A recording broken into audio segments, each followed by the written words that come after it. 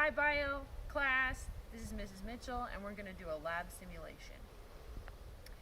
I have a lab set up, so our materials are goggles, gloves, because we're working with kind of a strong acid, and my lab coat to protect my clothes, and I got closed-toed shoes to protect my feet.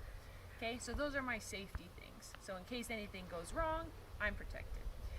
So what I did first was I measured first, this is A, and this is what's in here is citric acid. So I measured 30 grams of citric acid on a scale, and then I added 100 grams of distilled water. So I did this at school because I didn't want to bring all of the equipment home with me, but that's what's in here. So 30 grams of a solid powder citric acid with 100 grams of or milliliters of water.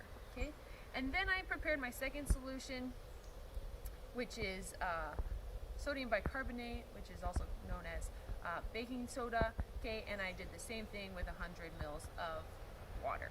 Okay, so that's kind of prepping for what this lab is. But what this lab simulation is trying to simulate or mimic, is an example of, is how a virus infiltrates or goes into a human cell. Okay, so this is going to be our cell's membrane. Okay, the balloon, it's going to act as the membrane, and this citric acid solution is going to act as all the insides of the human cell. So the ribosomes, the cytoplasm, where the nucleus and DNA are found. Okay, that's what this is. So what I'm going to do is I'm going to put some of my insides into my cell. How am I going to do that? As I have a syringe here, this is also for measuring, and I'm going to take 15 mils of citric acid into my syringe, and I'm going to put it into my membrane. So this is mimicking a human cell. Human cell. So we want to know what happens. Why is the virus so successful and it's hurting so many people? Okay, this is how it works. This is how a virus is so evolved. How it infiltrates human cells so efficiently. Okay, so I'm just going to stir this because it's not water soluble.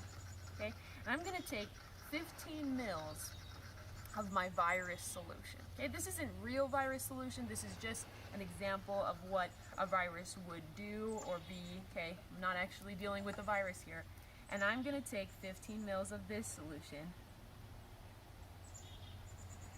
Same thing. And I'm going to put it into my human cell. So the virus, it finds the human cell, it velcros to the human cell, kind of like here, and then this is what happens. Okay, it starts to multiply and reproduce. Okay, this is all gas. I didn't fill this up, right? It multiplies, bubbles, and reproduces. Okay? In the other class, it kind of exploded. If I were to put more citric acid in this, maybe it would have gotten even bigger. And that is how a virus infiltrates the human cell. Thank you, babe.